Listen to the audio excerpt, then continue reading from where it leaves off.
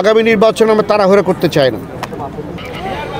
৩৬শে জুলাই আন্দোলনে আমাদের যে আকাঙ্ক্ষা ছিল যে রক্তবন্ধের মাধ্যমে আমরা নতুন স্বাধীনতা অর্জন করলাম, সেটা ভোটের যে একটা অধিকার যেটা মানুষ হারিয়ে ফেলেছিল, আমরা সেটা ফিরে পেতে চাই, ১ নম্বর। ২ নম্বর হলো প্রত্যেকটা পলিটিক্যাল পার্টির ইন্টারনাল পলিটিক্যাল যে মেকানিজম, সেখানে যে গণতন্ত্রের চর্চা অত্যন্ত গর্বভরে বলতে পারি, বাংলাদেশের মানুষের জন্য এবি পার্টি প্রথমেই উদাহরণ স্থাপন করল যে আমরা অত্যন্ত সুষ্ঠু পরিবেশে, আমরা দেখবেন এক উৎসব পরিবেশে আমরা আজকে বাংলাদেশের মানুষের জন্য উদাহরণ সৃষ্টি করে একটা ভোটের রাজনীতি আমরা আজকে মুখোমুখি দাঁড়ালাম। আমরা ৩ জনেই ৩৬শে জুলাই রাজপথে ছিলাম। আমাদের একজন প্রার্থী মুজিবুর রহমান মঞ্জু গুলিবিদ্ধ হয়েছেন এবং তিনি অসুস্থ হবে, আমার বাসা থেকে ফেসিস্ট গভর্নমেন্টের লোকজন তাকে অ্যারেস্ট করে নিয়ে যায়। আমরা ৫-৬ তারিখে তাকে আবার জেলখানাতে মুক্ত করে নিয়ে আসি।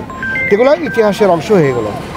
এই যে ভোটের রাজনীতিতে আমরা একটা সুষ্ঠু সুন্দর ভোট উপহার দিতে চাই এবং বাংলাদেশের সকল রাজনীতির কর্মীদের জন্য, সকল পলিটিক্যাল পার্টির জন্য এটা উদাহরণ হয়ে থাকবে।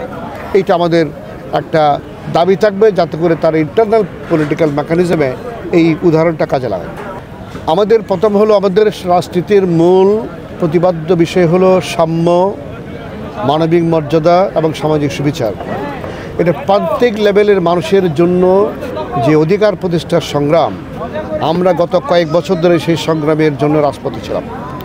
মানুষ দেখেছে আমাদেরকে, আপনাদের মাধ্যমে জনগণ জেনেছে, আপনাদের মতো সকল মিডিয়ার মাধ্যমে জনগণ জেনেছে তাদের জন্য কারা রাজনীতির মাঠে এই তাদের কথাগুলো বলে।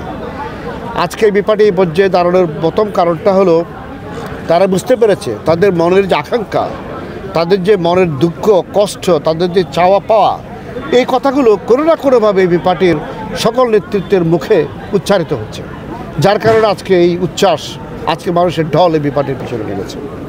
আগামী নির্বাচন আমরা তাড়াহুড়ো করতে চাই না।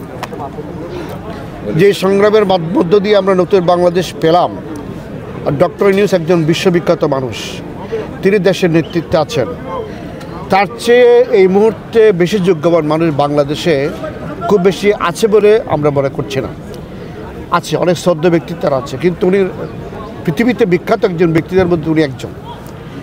তো তার মধ্যে ব্যক্তির হাতে দেশ আছে, দেশ নিরাপদে আছে, সশস্ত্র বাহিনী তার সাথে আছে, দেশের জনগণ তার সাথে আছে।